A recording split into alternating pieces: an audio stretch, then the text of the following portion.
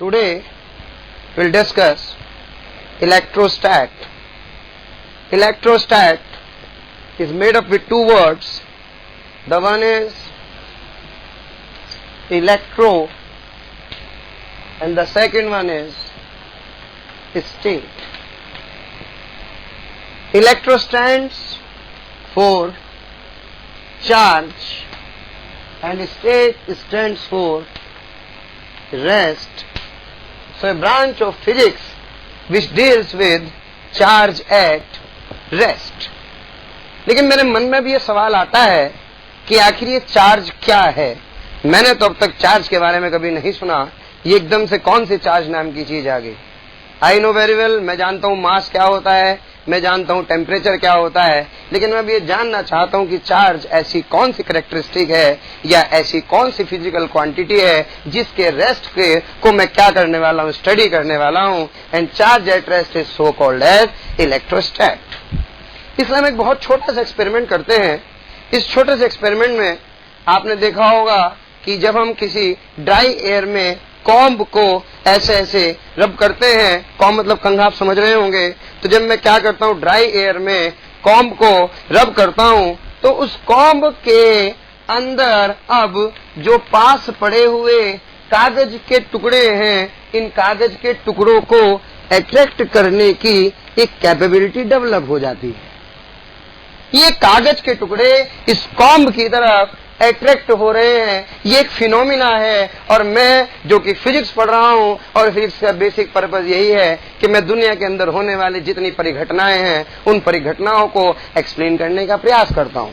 तो मेरे मन में भी ये सवाल आया कि आखिर ऐसा क्या हुआ कि इस कंघे ने इस छोटे छोटे कागज के टुकड़ों को अपनी ओर क्या कर लिया, अट्रैक्ट कर लिया। मैंने सोचा अरे कहीं कोई ग्लू तो नहीं लगा हुआ है, ग्लू तो नहीं लगा हुआ था, ये तो केवल इससे क्या हो रहा है, अट्रैक्ट हो रहा है, इससे बंधा हुआ जा रहा है। इसका मतलब क्या ये इसको पुल कर रहा है, और जहां पुल और पुश की बात आती है इसका मतलब जरूर ये इस पर क्या लगा रहा होगा, एक फोर्स लगा रहा होगा। जहां तक मैं जानता हूं, मैंने पढ़ा है कि दो मैसिव ऑब्जेक्ट्स, एक मास m1 और दूसरा मास m2, अगर r डिस्टेंस पर सेपरेटेड हो तो अकॉर्डिंग टू न्यूटन इनके बीच लगने वाला फोर्स क्या gm1 m2 by r square होता है।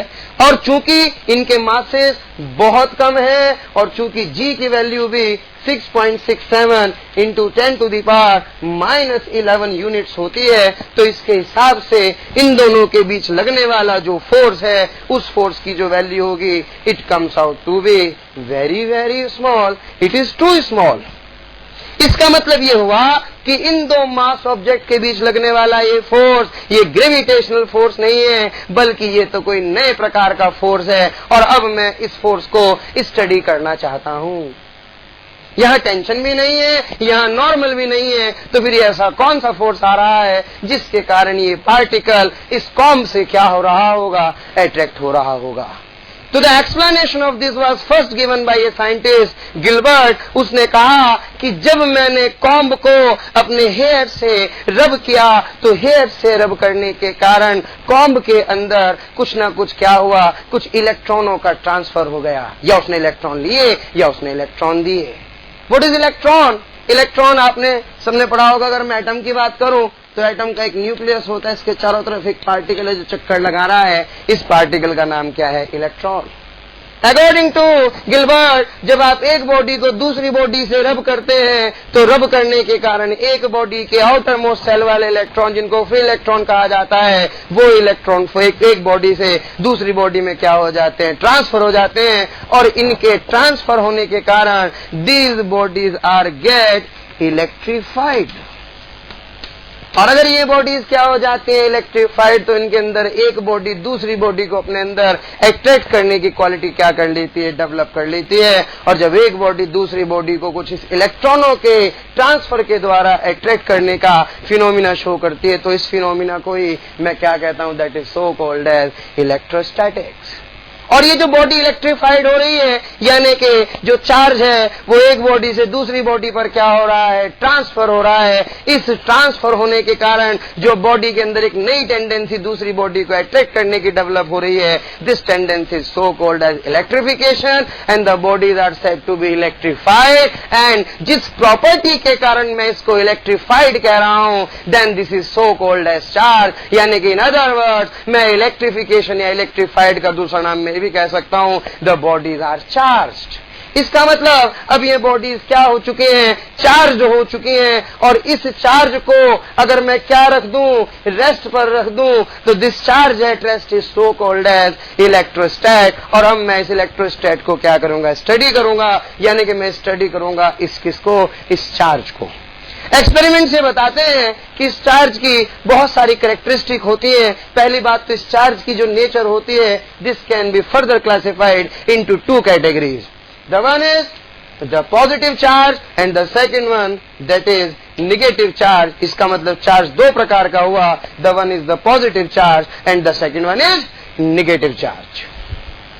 अब इस चैप्टर में हम लोग बेसिकली इस चार्ज को ही स्टडी करेंगे। इन चार्जेस के बीच कोई फोर्स लग रहा होगा, उस फोर्स को स्टडी करेंगे, फिर उस फोर्स के कारण जो जो चीजें हो रही होंगी वो हम इस चैप्टर के अंदर पढ़ेंगे। But important thing is that this charge is at rest in all the chapter because we are just studying electrostatics that is charge at rest.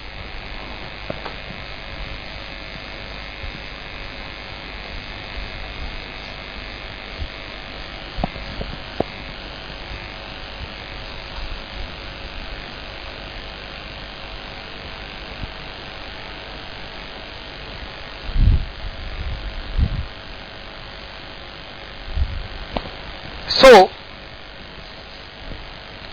properties of charge।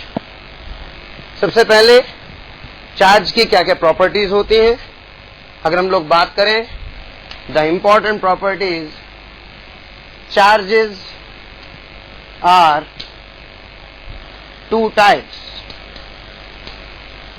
The one is positive charge and the second one is negative charge. Number two,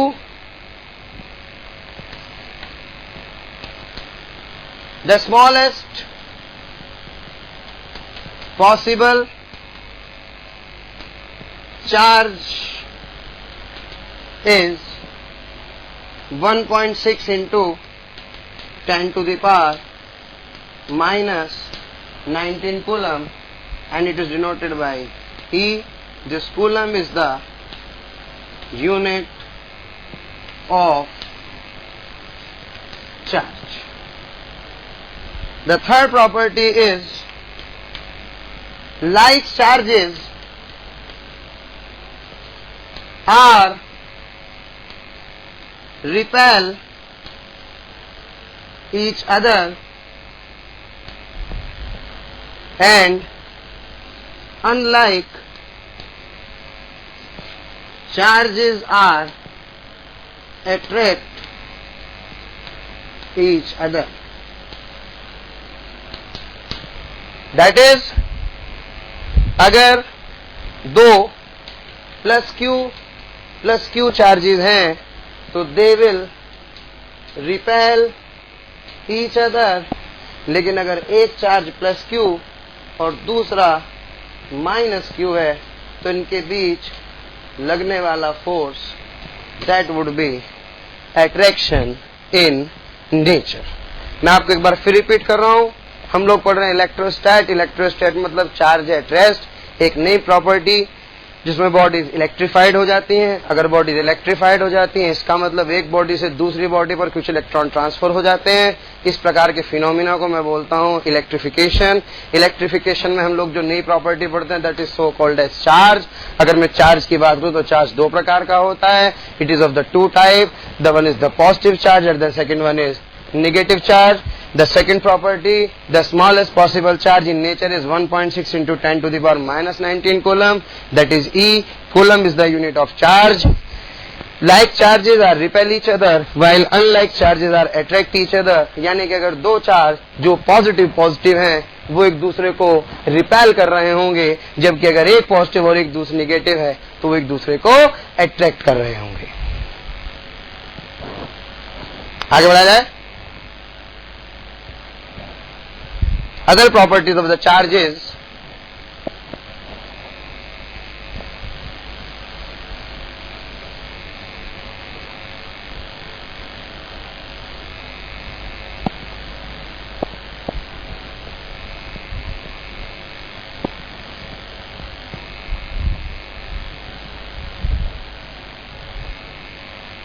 property number 4,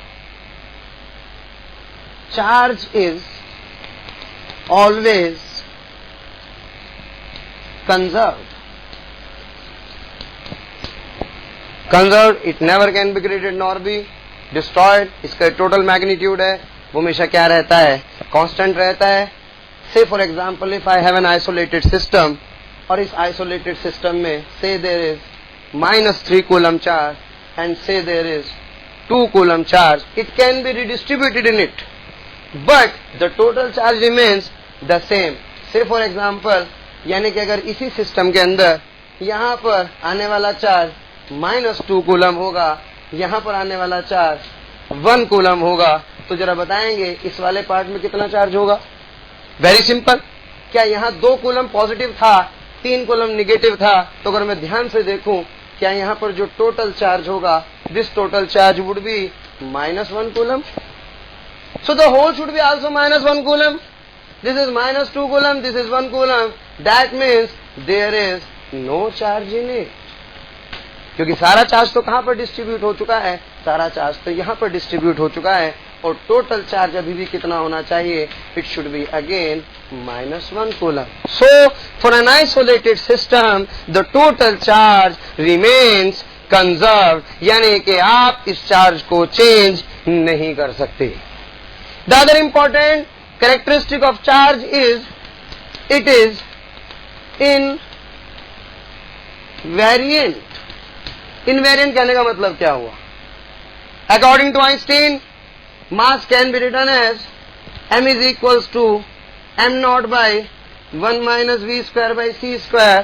Here m naught is the rest mass, यानी कि जब object rest पे तो उसका मास कितना होता है, m naught।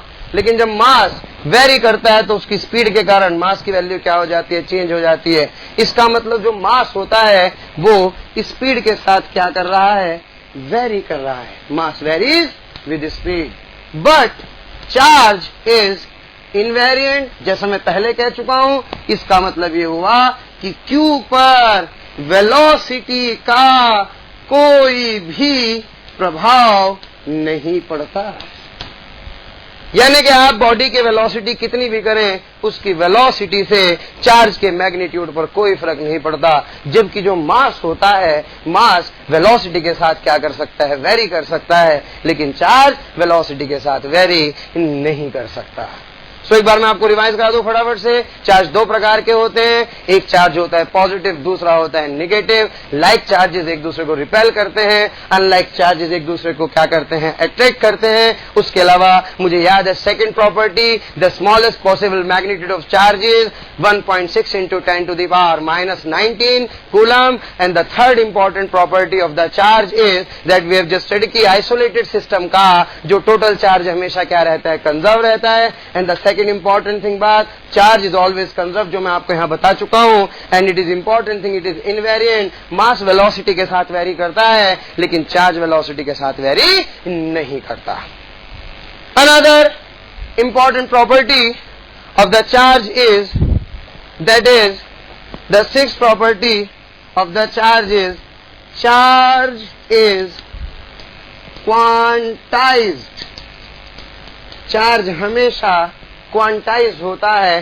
Quantize के माने आप समझ रहे होंगे, quantize that is Q is equals two plus minus NE, here N is a integer.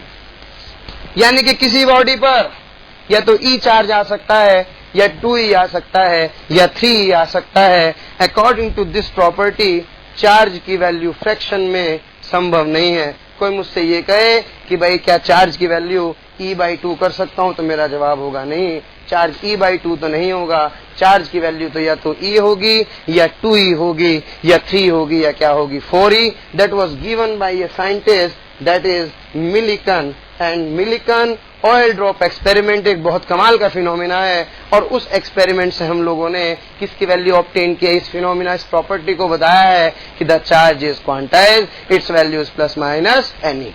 हालांकि आप अगर आज लेटेस्ट यानी कि मॉडर्न फिजिक्स की बात करें तो मॉडर्न फिजिक्स में चार्ज को फर्दर डिवाइड किया जा सकता है, यानी कि आज के समय में नेचर में 2E/3 और E/3 चार्ज भी पॉसिबल है। इन चार्ज को क्वार्क्स कहा जाता है, लेकिन चूंकि ये अपने IIT-JEE के सिलेबस में नहीं है, इसलिए हम लोग क्वार्क्स के बारे में कोई बात नहीं करते, और हम पूरे चैप्टर में ये मान करके चलते हैं कि जो हमारा चार्ज है that charge is quantized. So these are some properties, some important properties of charge। क्योंकि आज जिस चीज को मैं चैप्टर में पढ़ना चाहता हूँ, कम से कम मैं उस चीज के बारे में पहले जान तो लूं। अरे भाई रेस्ट पर रखेंगे किसको, चार्ज को रखेंगे ना, तो अगर चार्ज को रेस्ट पर रखना है तो पहले ये तो बताओ कि चार्ज क्या है, चार्ज के क्या क्या गुणधर्म है। तो इन सारी प्रॉपर्टीज, इन सारी कैरेक्टरिस्टिक से मैं बता सकता हूँ कि इतने प्रकार की प्रॉपर्टीज कौन रिप्रेजेंट करता है, चार्ज रिप्रेजेंट करता है। Are you getting my point? खैर, अब आगे बढ़ते हैं। चार्ज के बाद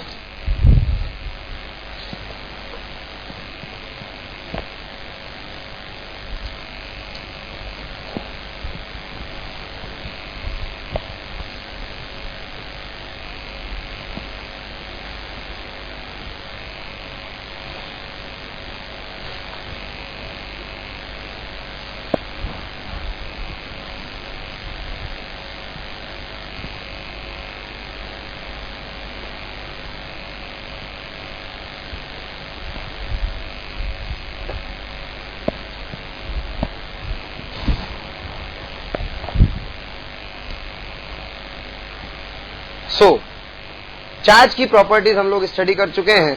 कई प्रकार का चार्ज होता है और चार्ज की बहुत सारी प्रॉपर्टीज हम लोगों ने स्टडी की। अब हम लोग एक नई इंपॉर्टेंट कैरेक्टरिस्टिक की तरफ चलने वाले हैं, and that is a new law.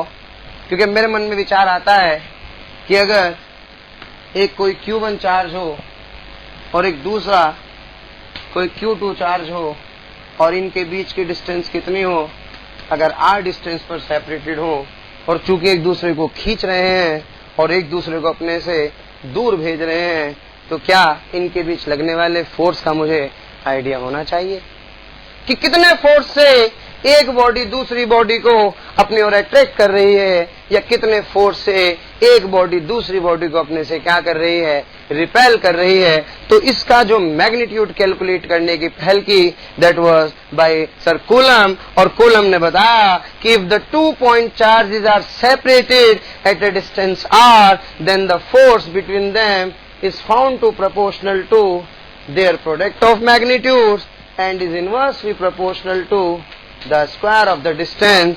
और अगर मैं इन दोनों को कंबाइन कर दूं तो कंबाइन करने के बाद मेरे पास आएगा कोई प्रोपोर्शनलिटी कांस्टेंट, हटा दूंगा तो एक कांस्टेंट जिसको मैं k कह रहा हूं, and this is k Q1 Q2 by r square.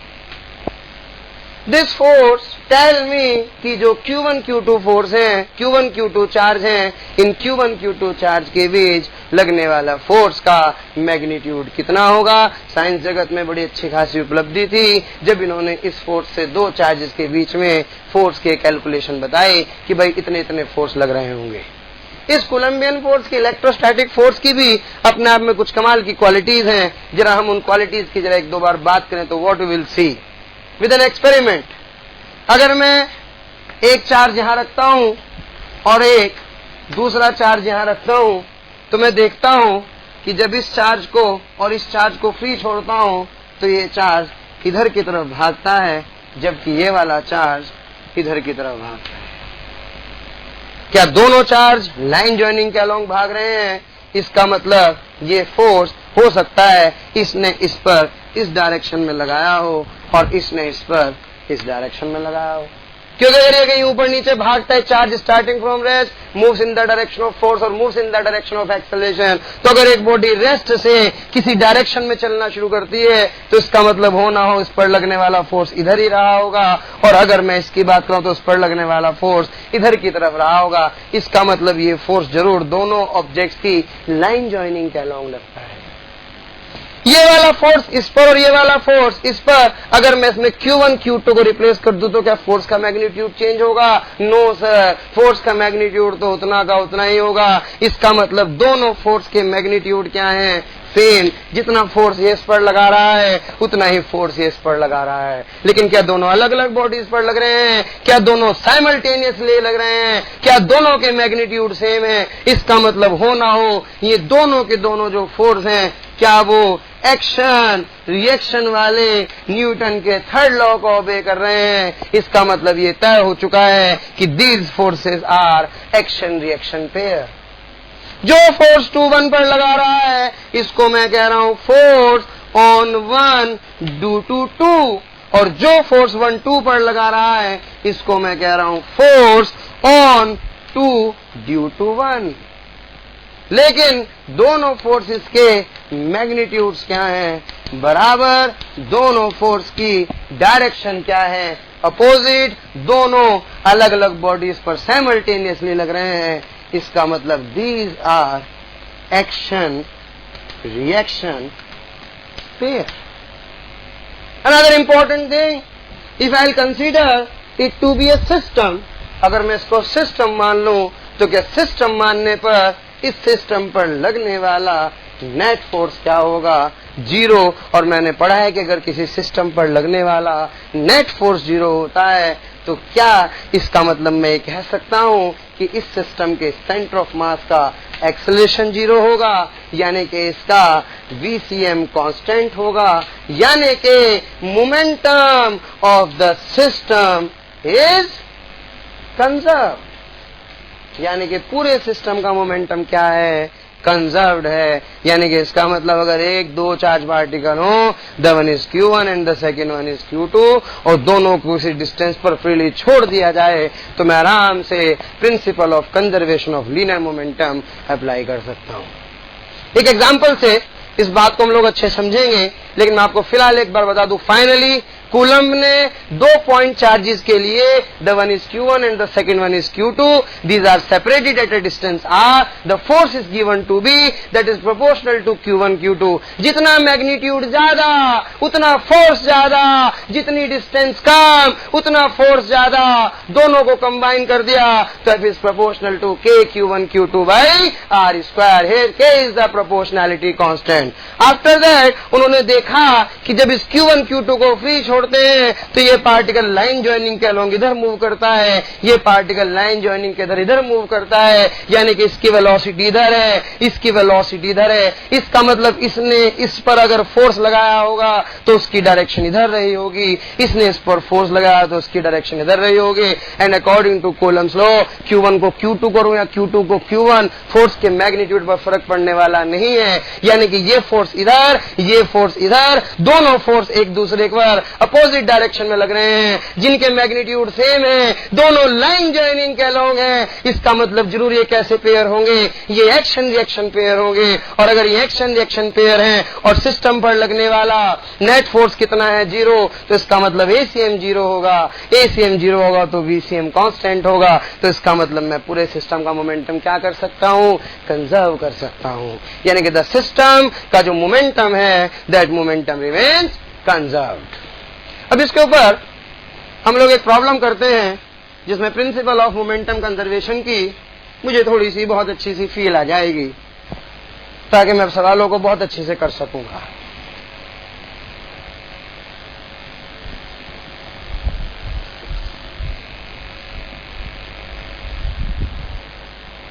So for example, this is charge Q1 of magnitude 2 coulomb, and this is another charge Q2 that is of the magnitude 3 coulomb.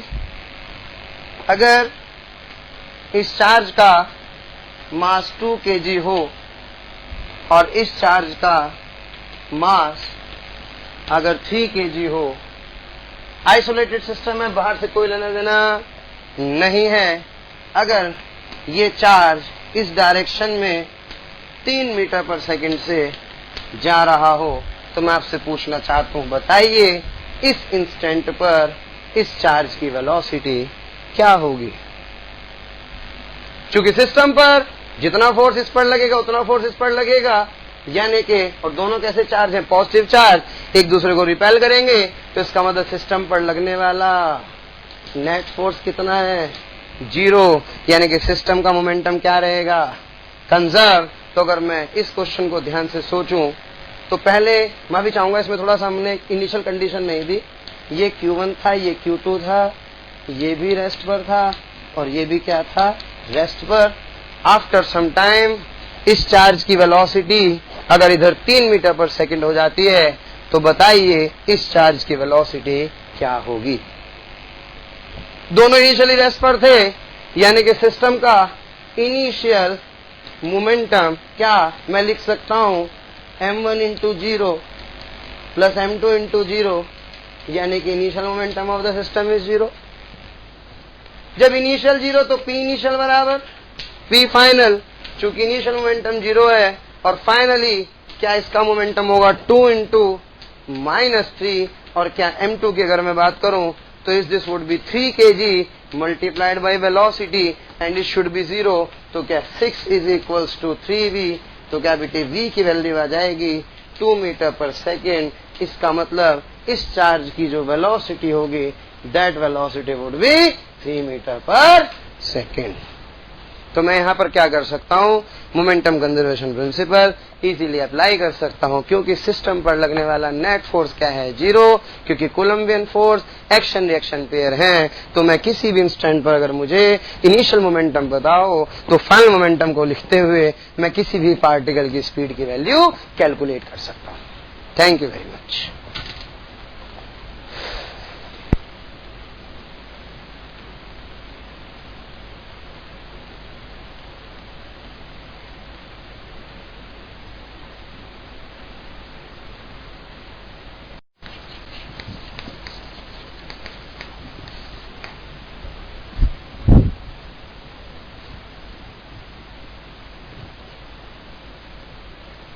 Light,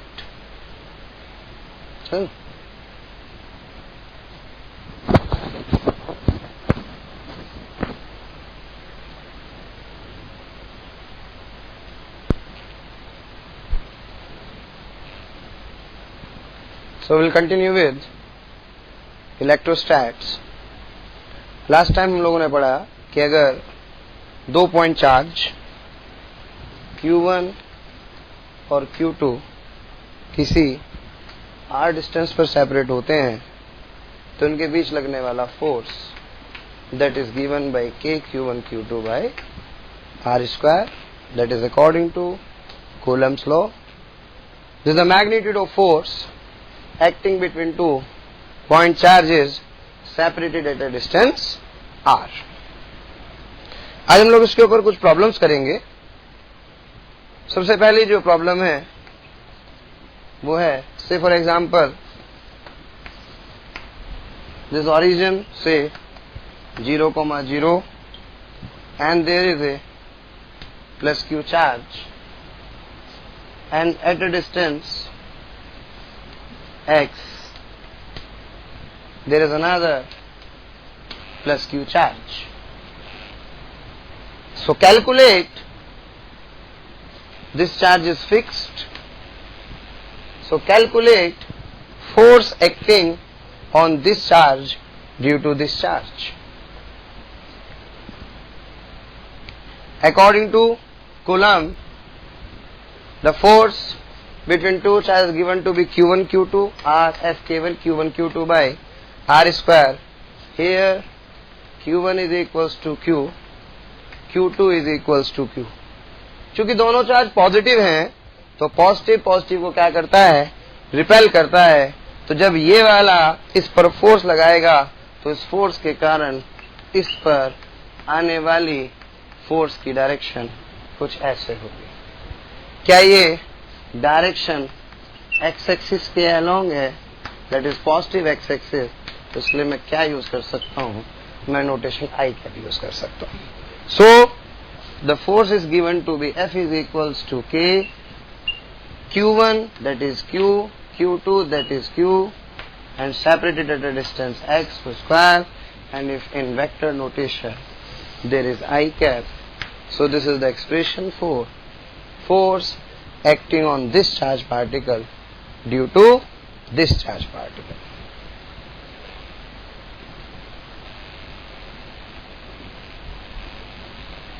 Now the next question.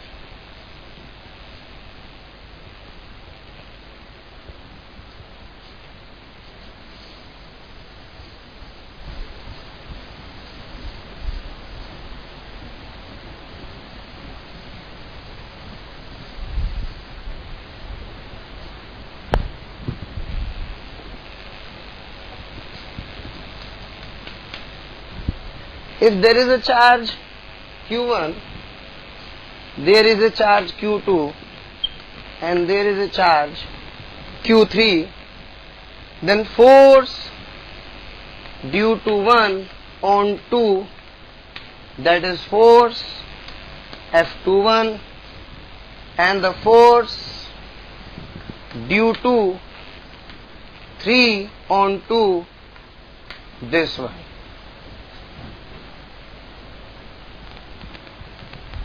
अगर कहीं तीन charge particle हो, the one is Q1, the second one is Q2 and the third one is Q3, तो dear students Q1 Q2 के बीच लगने वाले force पर Q3 का कोई इफेक्ट नहीं होता. क्योंकि अगर मैं इन दोनों के बीच फोर्स लिख रहा हूं तो क्या उस फोर्स का जो मैग्नीट्यूड होगा, ऑफ कोर्स क्या वो Q1 Q2 by R square होगा. यानी कि इन दोनों के बीच लगने वाला फोर्स को ये तीसरा चार्ज पार्टिकल इफेक्ट नहीं करता. इन द सिमिलर मैनर अगर मैं बात करूं Q3 और Q2 के बीच लगने वाले फोर्स की, तो Q3 और Q2 के बीच लगने वाले फोर्स पर Q1 का कोई प्रभाव नहीं आता. इसका मतलब न्यूटन कूलम्स लॉ की एक अनदर इंपॉर्टेंट कॉन्सिक्वेंसेस ये है कि जो चार्जेस के बीच लगने वाला यानी कि force between the charges does not affect by the presence of third charge. यानी कि इसका मतलब Q1 Q2 के बीच लगने वाले फोर्स पर Q3 का कोई प्रभाव नहीं होगा, Q3 Q2 के बीच लगने वाले फोर्स पर Q1 का कोई प्रभाव नहीं होगा. हाँ, लेकिन Q2 पर लगने वाला नेट फोर्स Q1 के कारण और Q3 के कारण ऑब्वियस है अफेक्टेड होगा. यानी कि Q3 के होने से Q1 Q2 के बीच का फोर्स चेंज नहीं होगा, लेकिन Q3 के होने से अब Q2 पर लगने वाला नेट फोर्स चेंज हो जाएगा. सो वी कंक्लूडेड दैट कि जब किन्हीं दो चार्ज पार्टिकल के पास कोई तीसरा चार्ज पार्टिकल लाया जाता है तो इस चार्ज पार्टिकल की प्रेजेंस के कारण इन दोनों के बीच का फोर्स चेंज नहीं होता. So the next thing is superposition of forces.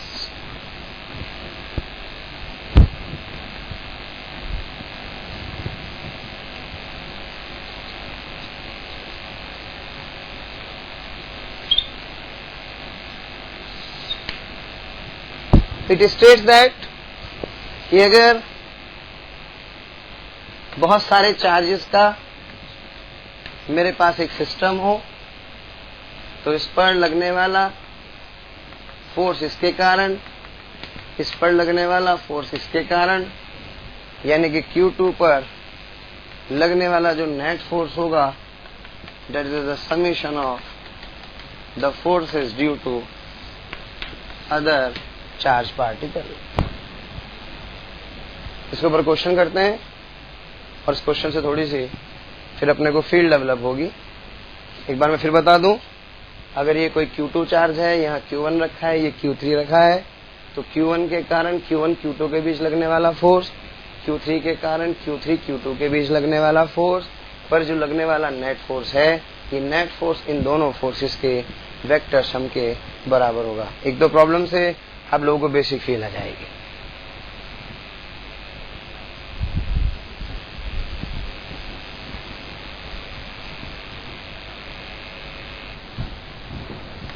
आज let us consider with the square of side A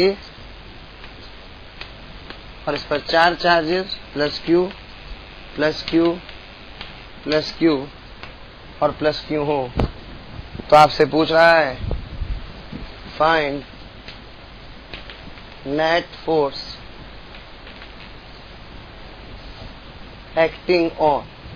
इसको नंबर दे देते हैं, से this is 1, this is 2, this is 3, this is 4.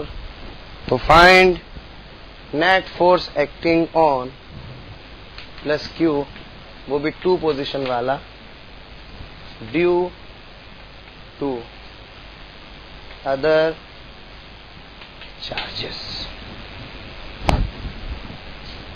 अगर आप ध्यान से देखें तो इस फोर्स पर, इस चार्ज पर लगने वाला जो फोर्स होगा, ये प्लस Q इस प्लस Q को रिपेल करेगा, तो उसके कारण एक फोर्स F1 इधर होगा। और according to Coulomb's law, force always acts along the line joining. इस प्लस Q के कारण इस प्लस Q पर लगने वाला एक फोर्स F2 इधर होगा, जबकि इस प्लस Q के कारण इस पर लगने वाला तीसरा फोर्स F3 इधर होगा। और सुपरपोजिशन के हिसाब से अगर मैं इस पर लगने वाले नेट फोर्स की बात करूं, so it would be the vector sum of F1 plus F2 plus F3 vectorial. The magnitude of this force F1 is, the separation is A, this is K Q square over A square. The magnitude of F2 is K Q square over A square, and the magnitude of force is, this side is A, this side is A, this is A, so this side is A root 2, so this force is KQ square over A root 2 square।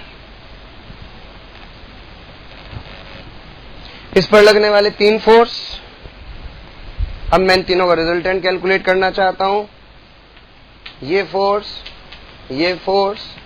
और ये force, क्योंकि दोनों forces का magnitude क्या है, same है, इसलिए जो इसका रिजल्टेंट होगा वो इधर F रूट 2 होगा।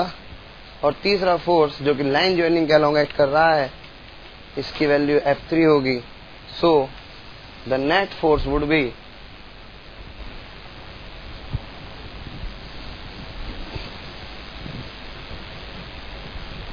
F net, this F net would be F3 plus F root 2, वो भी कितने डिग्री पर, that is at an angle of 45 degree, so this comes out to be K Q square or A root 2 square plus root 2 times of K Q square over A square, and the direction of the force is at an angle of 45 degree with this direction।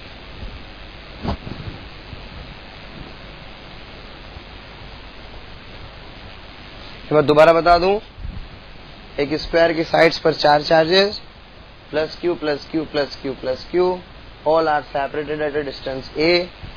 मुझे इन तीनों charge के कारण इस charge पर net force calculate करना है। इसके कारण इस पर फोर्स इधर होगा, इसके कारण इस पर फोर्स इधर होगा, इसके कारण इस पर फोर्स इधर होगा। इस फोर्स का मैग्नीट्यूड इन दोनों चार्ज के प्रोडक्ट और डिस्टेंस के स्क्वायर के बराबर होगा, जबकि इस पर लगने वाला फोर्स इसके कारण AQ square by A square होगा। चूंकि इन दोनों पार्टिकल के बीच का डिस्टेंस A रूट 2 है, इसलिए ये वाला जो फोर्स होगा लाइन ज्वाइनिंग के अलोंग, वो KQ square over A root 2 का स्क्वायर होगा। ऑल थ्री आर वेक्टर्स इन दोनों का मैग्नीट्यूड चूंकि सेम है तो एफ एफ का रिजल्टेंट एफ रूट 2 होगा, और साथ में ये जो फोर्स है वो लाइन ज्वाइनिंग का वो भी 45 डिग्री पर होगा। तो इस रिजल्टेंट फोर्स को मैं यहाँ से लिख सकता हूँ कि net force is equal to F3 plus F root 2, so it comes out to be this and that. The next question,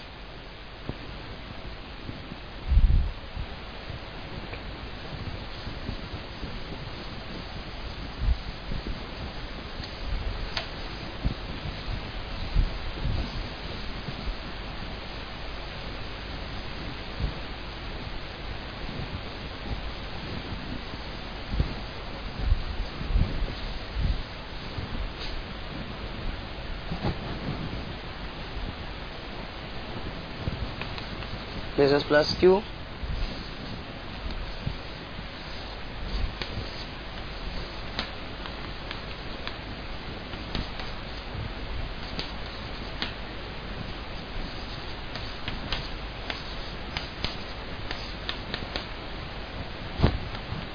again a square of side a, इस पर 4 charges Q Q Q located हैं।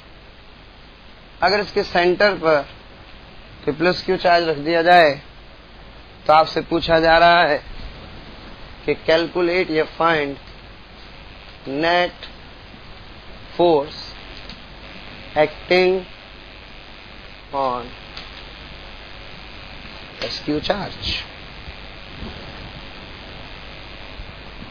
Again ये plus Q charge, this plus Q charge, क्या plus Q charge plus Q को repel करेगा तो इस पर फोर्स इधर आएगा, इसके कारण इस पर फोर्स इधर आएगा, जबकि इसके कारण इस पर फोर्स इधर आएगा, जबकि इसके कारण इस पर फोर्स इधर आएगा। अगर मैं इस फोर्स के मैग्नीट्यूड की बात करूं तो ये डिस्टेंस चूंकि a/2 है, तो ये डिस्टेंस a/2 है, तो ये जो डिस्टेंस होगी that is under the root of a/2 whole square plus a/2 whole square. और ये सारे डिस्टेंसेस आपस में बराबर होंगे, तो इस पर जो लगने वाला फोर्स होगा that force would be equals to k q square over,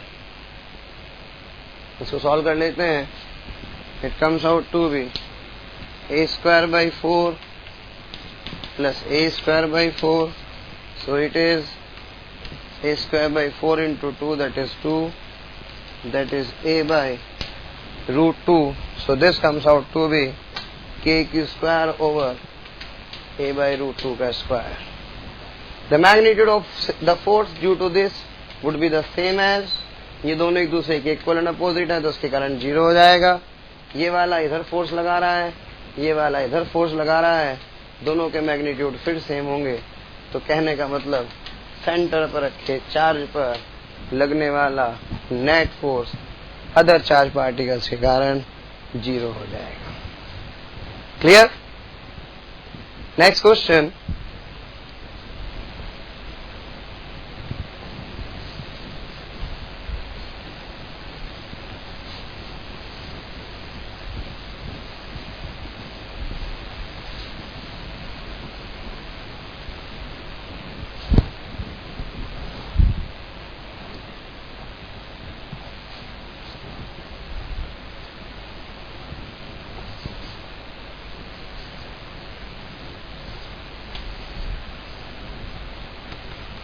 plus Q plus Q plus Q, and there is a charge minus Q at center, there is a plus Q, the side of the square are A।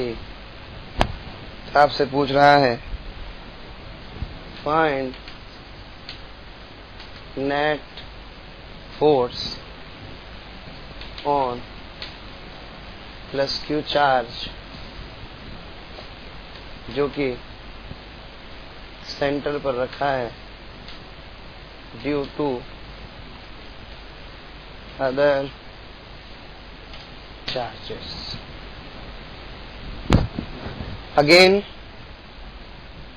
ये plus Q charge इस plus Q charge को repel करेगा, ये plus Q charge इस plus Q charge को same magnitude के force से repel करेगा, दोनों कैंसिल हो जाएंगे।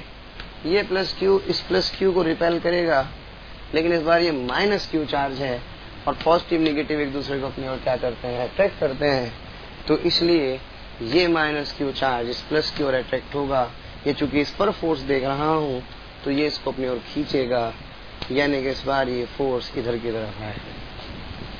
सारे डिस्टेंस बराबर हैं, चार्जेस आइडेंटिकल हैं। ये वाला फोर्स इस वाले फोर्स को कैंसिल कर देगा।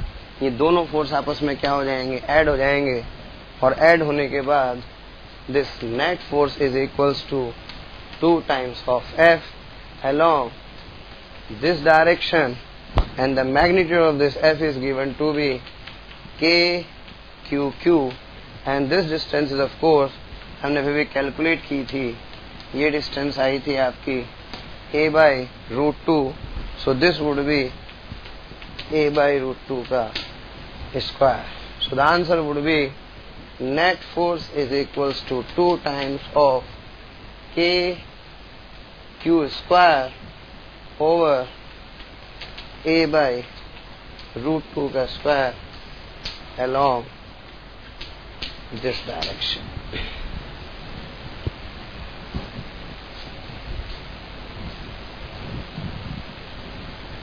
Next question.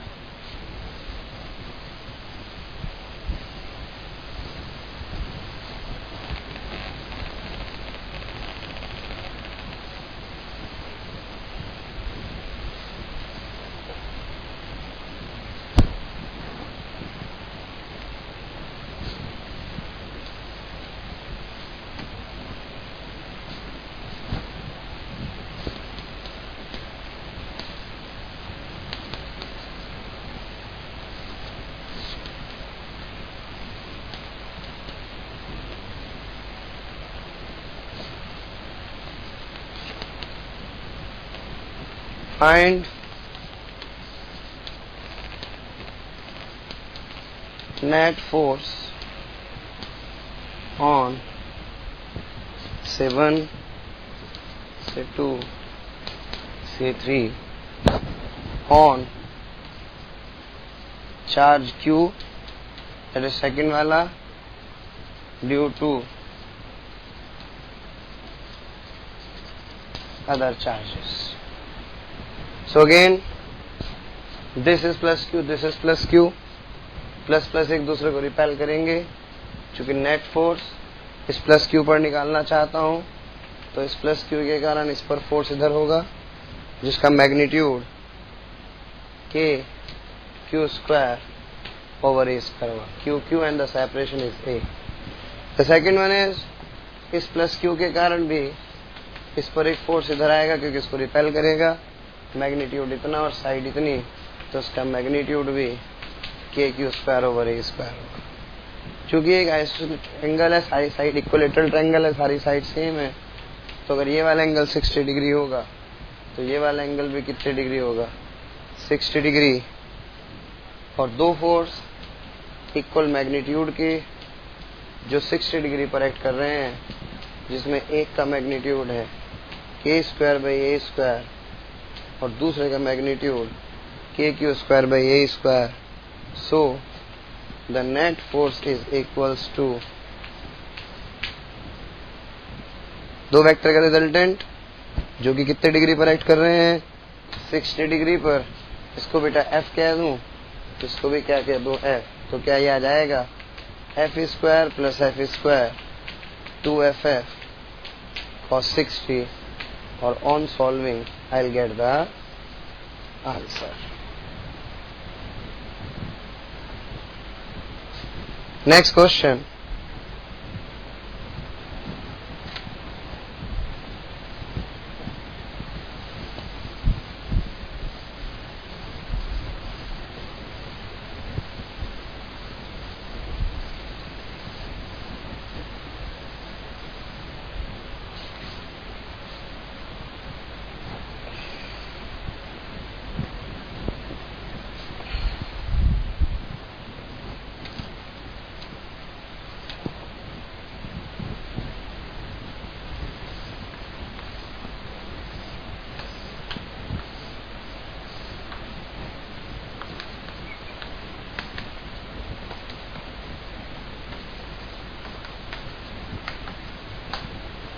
Plus Q minus Q, और एक रेगुलर पॉलीगन जिसे हेक्सागन कह सकता हूँ जिसकी साइड ए।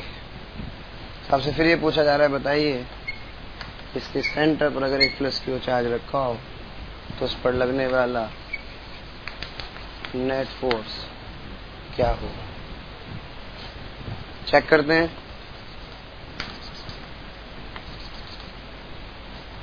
ये प्लस क्यू उस प्लस क्यू को क्या रिपेल करेगा F1 से, ये प्लस क्यू इस माइनस क्यू को, सॉरी ये प्लस क्यू इस प्लस क्यू को रिपेल करेगा, ये माइनस क्यू इस प्लस क्यू को अपने ओर अट्रैक्ट करेगा, ये प्लस क्यू इस प्लस क्यू को रिपेल करेगा, जबकि ये माइनस क्यू इस प्लस क्यू को अपनी ओर अट्रैक्ट करेगा, और जबकि ये वाला फोर्स इसको अट्रैक्ट करेगा, रिपेल करेगा, और ये वाला फोर्स इसको अट्रैक्ट करेगा।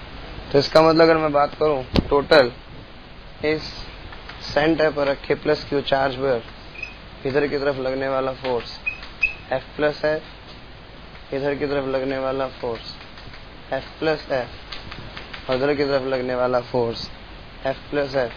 This is 2F, this is 2F, this is 2F। Geometry से अगर मैं एंगल कैलकुलेट करना चाहूं, एंगल के हिसाब से ये वाला एंगल 120 डिग्री होगा, तो दो फोर्स सेम मैग्नीट्यूड के अगर एक 120 डिग्री पर होते हैं तो रिजल्टेंट का मैग्नीट्यूड भी सेम होगा और वो इसके एंगल बाइसेक्टर पर लाई करेगा।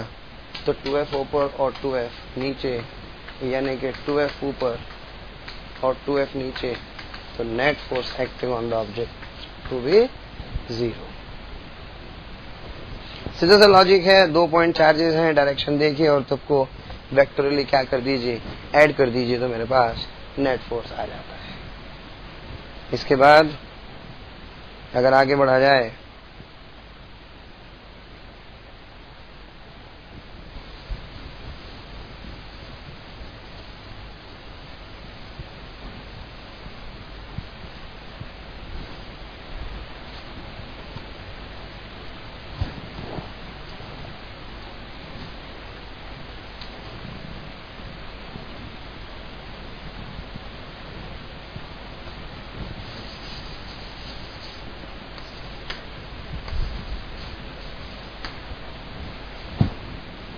एक नंबर लाइन 0, 0, ये 1 2 3 4 5 एंड सो ऑन, एक लाइन है।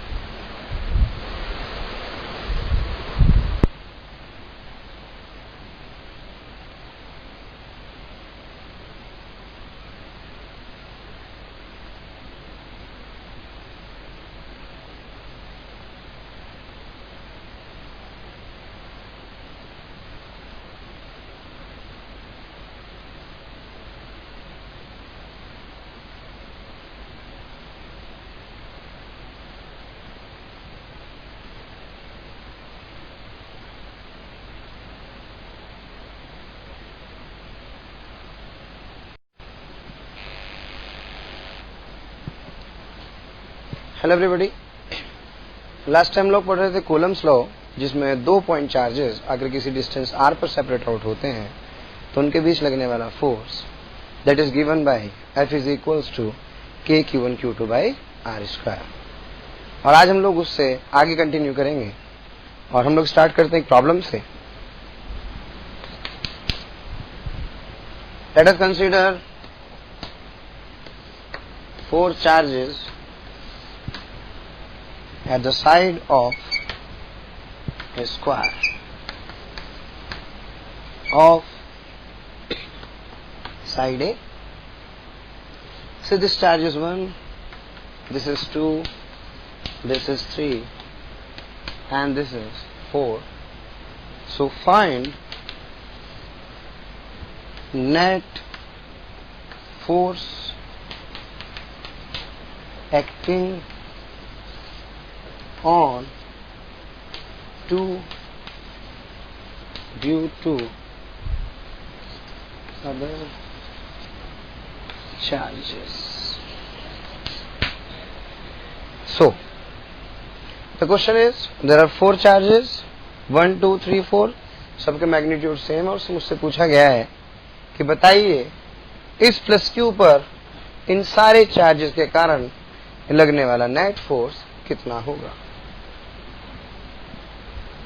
अगर मैं ध्यान से देखूं तो ये प्लस क्यू चार्ज इस प्लस क्यू चार्ज को क्या रिपेल करेगा, ये प्लस क्यू चार्ज इस प्लस क्यू चार्ज को रिपेल करेगा और ये प्लस क्यू चार्ज इस प्लस क्यू चार्ज को रिपेल करेगा। यानी कि आई विल सी कि अगर मैं इसका एक सेपरेट डायग्राम बनाऊं तो इस प्लस क्यू चार्ज के कारण इस प्लस क्यू चार्ज पर लगने वाला फोर्स क्या के क्यू क्यू अपॉन ए स्क्वायर होगा, जबकि इस प्लस क्यू चार्ज के कारण इस प्लस क्यू चार्ज पर लगने वाला फोर्स क्या पुनः के Q Q by a square होगा, जबकि इस प्लस क्यू चार्ज के कारण इस प्लस क्यू चार्ज पर लगने वाला force along the line joining इस डायरेक्शन में, क्या ये साइड अगर ए है ये ए है तो क्या बच्चों ये साइड ए रूट 2 होगी, यानी कि इसका मतलब ये वाला जो फोर्स होगा that force is k Q Q over a root 2 का स्क्वायर। हम उससे कहा गया है कि बताइए नेट फोर्स की वैल्यू कितनी होगी।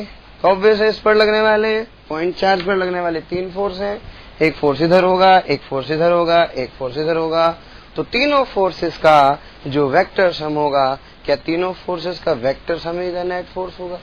इसको सिंप्लीफाई कर सकते हैं, क्या इसको लिख सकता हूँ के Q square by a square, जबकि इसको भी लिख सकता हूँ के Q square over a square. अब अगर मैं इन सारे फोर्सेस को ऐड कर दूं vectorially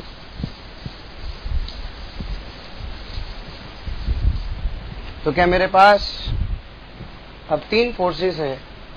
the one is k Q square over a square, the second is k Q square over a square and the third one is k Q square over a root 2 को लिख सकता हूं 2a square. ये वाला angle 45 degree होगा तो ये वाला कंपोनेंट के Q square over 2a square cos 45 होगा, जबकि ये वाला कंपोनेंट के Q square over 2a square sin 45 होगा।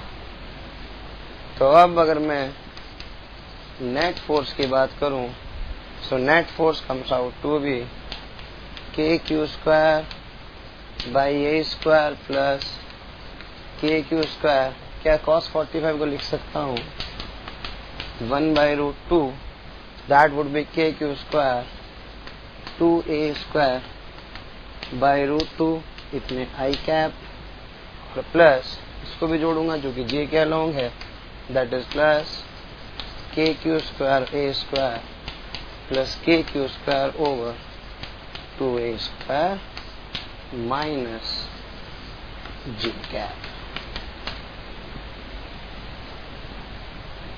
Clear? Next question,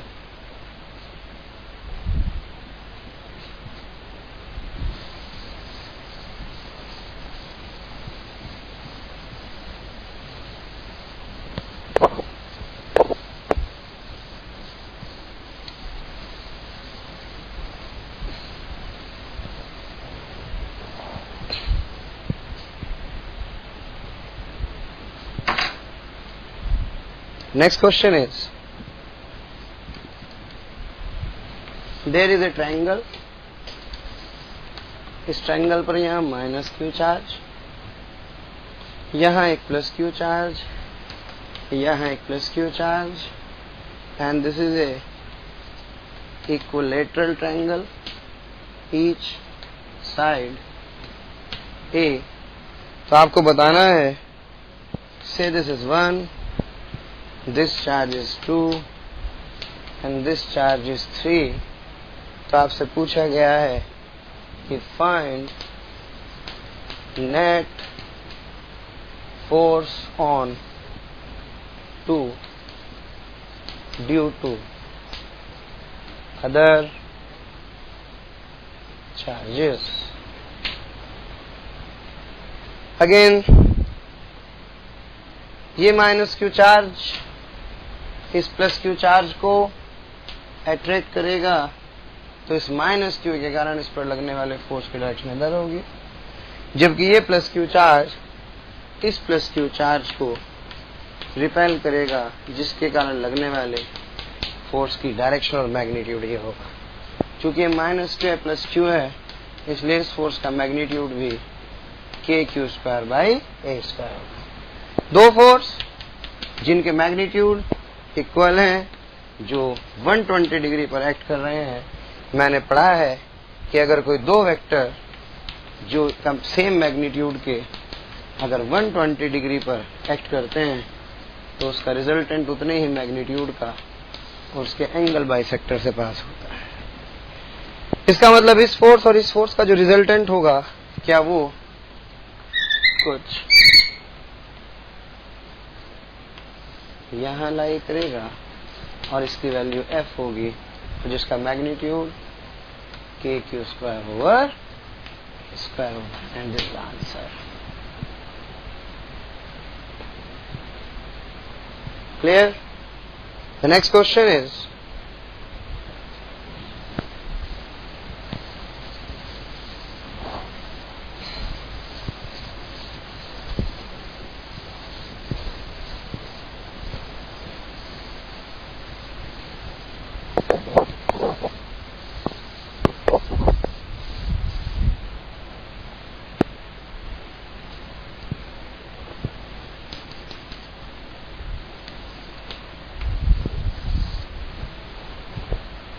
x-axis, so this is y-axis. Say there is a charge of 1 coulomb, a positive charge. So this is 1 meter, this is 2 meter, this is 3, this is 4, and so on, and say this is 10 meter.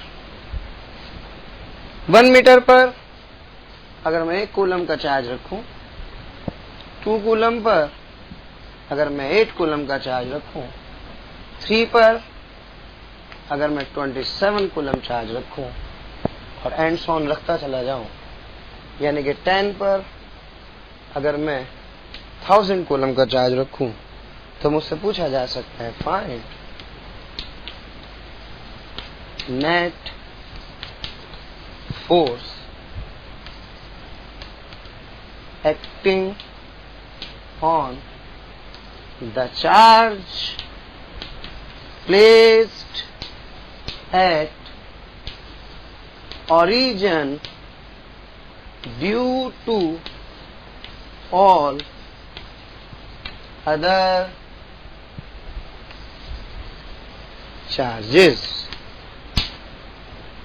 आपको एक बार question फिर repeat कर दूं। ये X axis, ये Y axis, यहाँ origin that is 0,0, this is 1 metre, this 2 metre, this 3 metre, this 4 metre, this is 10 metre. 0 पर 1 coulomb का चार्ज रखा है, 1 मीटर पर भी 1 कूलम का चार्ज रखा है, 2 पर 8 कूलम रखा है, 3 पर 27 रखा है, सिर्फ बढ़ते समय 10 मीटर पर 1000 कूलम रखा है।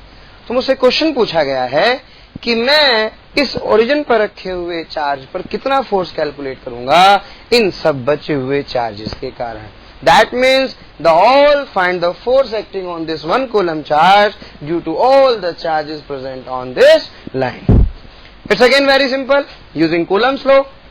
इंडिविजुअल चार्जेस के लिए मैं सोच सकता हूं ये 1 कूलम चार्ज इस 1 कूलम चार्ज को क्या रिपेल करेगा, ये 8 कूलम का चार्ज क्या इस 1 कूलम चार्ज को रिपेल करेगा, और क्या इसी प्रकार ये 27 का कूलम चार्ज इस भी 1 कूलम चार्ज को रिपेल करेगा। यानी कि इन सारे के सारे जो चार्ज होंगे जो इस लाइन पर रखे हैं, क्या वो सारे के सारे इस 1 कूलम पर इस डायरेक्शन में फोर्स लगाएंगे और सारे फोर्स एक ही डायरेक्शन में होंगे, तो क्या मैं सारे फोर्सेस को इजीली ऐड कर पाऊंगा? लेकिन इसके लिए मुझे इन फोर्सेस के मैग्नीट्यूड की तो कैलकुलेशन करनी ही होगी. So let us calculate the force acting on this 1 coulomb charge.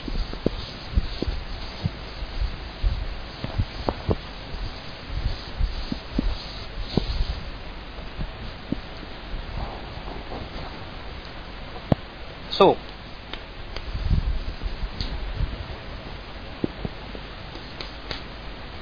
1 metre पर रखे हुए चार्ज 1 कूलम के कारण अगर फोर्स F1 हो तो क्या इस F1 का मैग्नीट्यूड K 1/1 over 1 स्क्वायर होगा.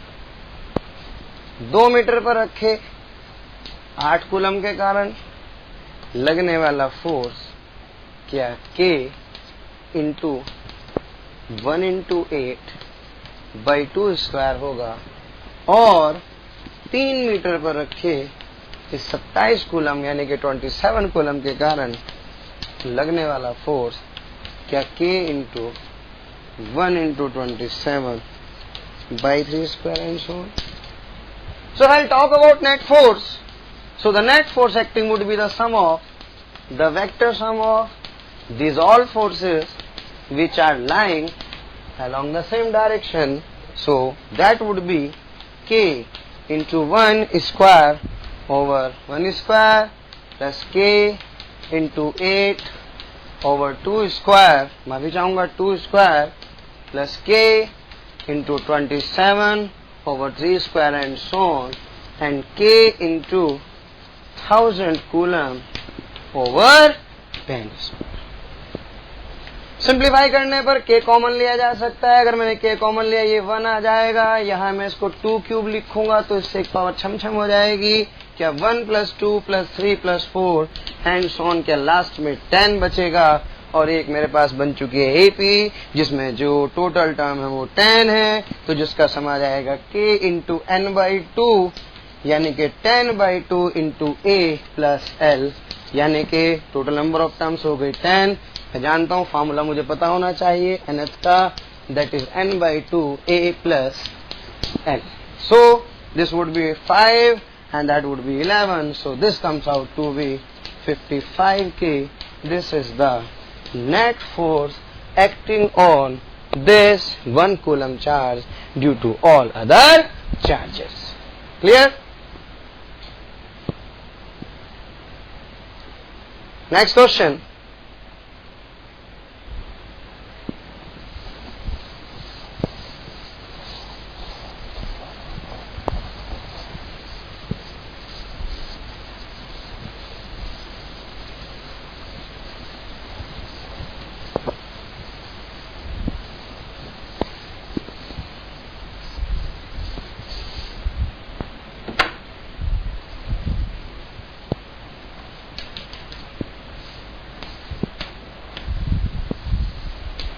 अगेन इस बार प्रॉब्लम में थोड़ा सा चेंज करते हैं. यहां पर वही एक 1 कूलम चार्ज पहले की तरह. This is 1 metre mark, this is 2 metre mark, this is 3 metre mark and in last this is infinite.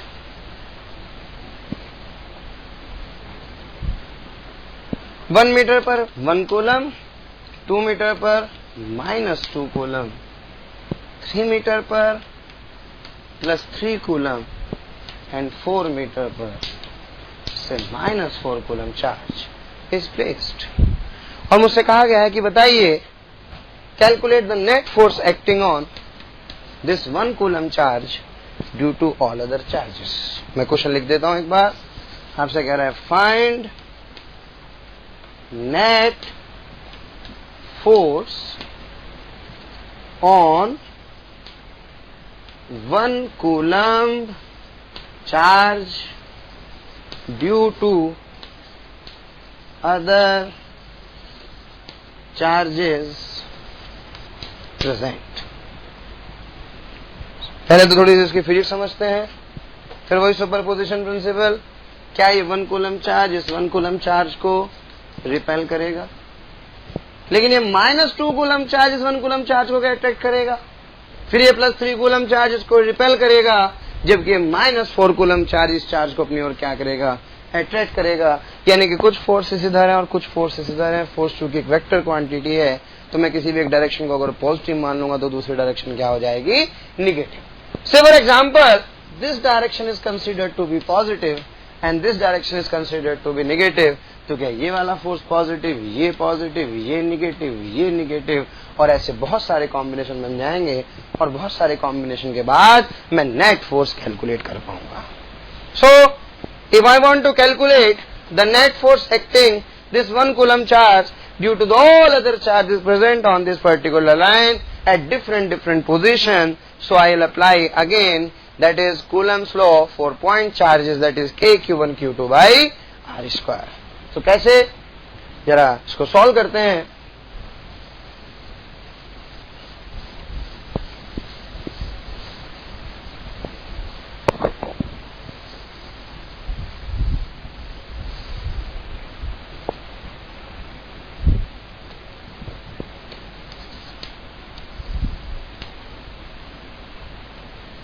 इस 1 कूलम पर इस 1 कूलम के कारण जो फोर्स F1 होगा, क्या इसकी वैल्यू K 1/1 स्क्वायर होगी, जबकि इस -2 कूलम 2 मीटर के कारण जो फोर्स F2 होगा, क्या वो K 1 × 2/2 स्क्वायर, लेकिन क्या इसकी डायरेक्शन इधर होगी, इसकी डायरेक्शन इधर है, इसकी डायरेक्शन इधर है। इन द सिमिलर मैनर क्या F3 K × 1 × 3/3 स्क्वायर होगा, लेकिन क्या इसकी डायरेक्शन इधर होगी, एंड सो मैंने माना है कि this direction is positive and this direction is considered to be negative, so the net force acting on 1 coulomb charge due to other charges would be K 1/1 square minus 2K/2 square plus 3K/3 square and so on. If I'll take common K, then it would be 1 minus 1/2 minus 1/3 and so on. And you know what is this? This is the logarithmic series of infinite terms, and this comes out to be K into ln 2. So net force would be K ln 2. आपको बता दूं आपके help के लिए कि ln 1 plus x, that is equals to x minus x square by 2 minus x square by 3 and so on. If I'll place x to be 1, then it would be 1 minus, there would be plus, so it would be 1 minus 1/2 plus 1/3 and so on. So the answer would be this one. This is the answer.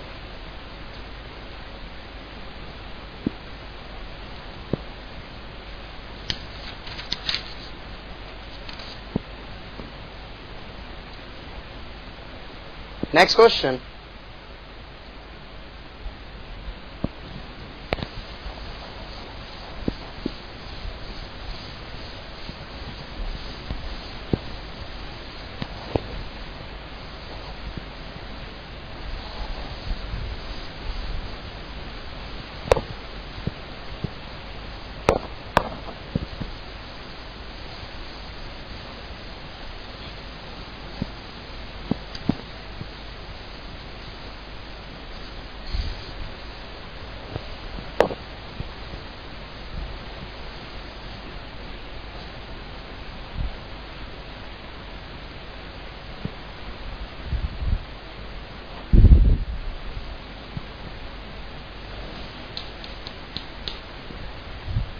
Next problem is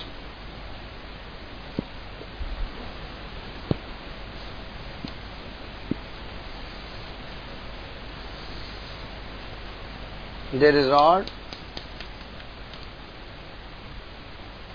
of length L, say Q plus Q. Charge is distributed uniformly along its length. और मुझसे पूछा गया है कि बताइए इसके इस and से A डिस्टेंस पर अगर कोई चार्ज प्लस Q रखा हो तो find force exerted by the rod on plus Q charge.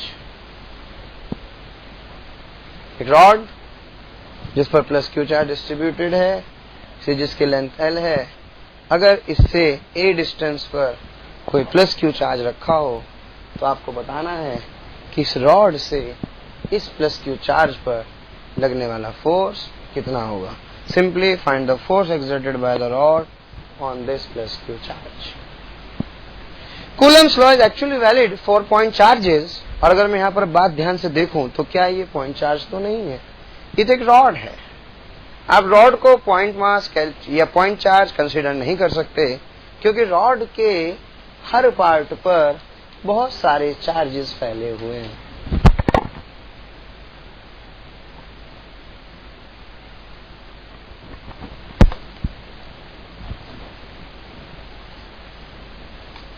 So this lie in a special category, that is CCD. C stands for continuous, C stands for charge and D stands for distribution. यहाँ पर मैं एक नई term use कर रहा हूँ. This term in CCD, that is continuous charge distribution. और इस कंटिन्यूअस चार्ज डिस्ट्रीब्यूशन में आपके पास ऐसे ऑब्जेक्ट्स होते हैं जिन पर चार्ज फैला हुआ होता है. तो ऐसी प्रॉब्लम्स को सॉल्व करने के लिए हम लोग हमेशा इसमें से एक छोटा सा पॉइंट चार्ज, जिसको मैं DQ बोलता हूं, इस DQ को सेपरेट करते हैं. CCD में ये भी बड़ा इंपॉर्टेंट है कि बॉडी के डायमेंशन कितने हैं. On the behalf of the dimension there are three types of dimension. The one is, it may be a rod, it may be a surface, or it may be a volume. If this is a rod of length L, so the charge Q is given only along its length, so this is called as linear charge density, that is Q by L denoted by lambda. और अगर ये surface जिसका area A है तो Q charge इसके area पर फैल जाएगा. So will define sigma, that is Q by A. And again if there is a volume, so the charge Q is distributed only along its volume, so there would be rho and this would be Q by V. So there are three types of densities, there are three types of charge densities. If the body has length, then I'll use Q by L. If the body has its area, then it would be Q by A. And if the body has some volume, then it would be Q by V. Lambda निकालने का मुझे एक benefit ये है कि अगर मुझे lambda पता हो तो क्या मैं इस छोटी सी लेंथ पर क्या DQ charge lambda into DX निकाल सकता हूं. भाई सीधा सा लॉजिक है. L लेंथ पर चार्ज कितना Q, यूनिट पर Q बाई L. तो बताइए DX पार्ट पर कितना, ऑब्वियस है लैम्डा इंटू DX. तो इन द सिमिलर मैनर क्या इस सरफेस के छोटे से DA एरिया पर अगर मुझे चार्ज DQ लिखना हो तो क्या is this would B sigma DA. और इसी प्रकार इस छोटे से dV वॉल्यूम पर अगर मुझे चार्ज लिखना हो तो is this would be rho into dv। So किसी बॉडी से पॉइंट चार्ज को आइसोलेट नहीं किया जा सकता, लेकिन उसमें एक छोटे से एलिमेंट को चूज किया जा सकता है, जिसको आप पॉइंट चार्ज मान करके आप अगेन कूलम्स लॉ अप्लाई कर सकते हैं। अब अगर मान लो मुझसे कोई ये कहे कि भाई मैं इस प्रॉब्लम को कैसे सॉल्व करूं सर यहाँ तो Q1, Q2, Q3, Q4 अनंत चार्जेस हैं और हर चार्जेस के ऊपर क्या लगा रहा होगा, एक फोर्स लगा रहा होगा, और चूंकि चार्ज एक दूसरे के बहुत पास पास हैं तो इस डिस्टेंस को कैलकुलेट करना मेरे लिए और महाभारत का काम होगा। तब कूलम्स लॉ ये कहता है कि आपको इसके लिए बिल्कुल चिंतित होने की आवश्यकता नहीं। आप यहाँ पर एक छोटा सा एक एलिमेंट कंसीडर कीजिए और इस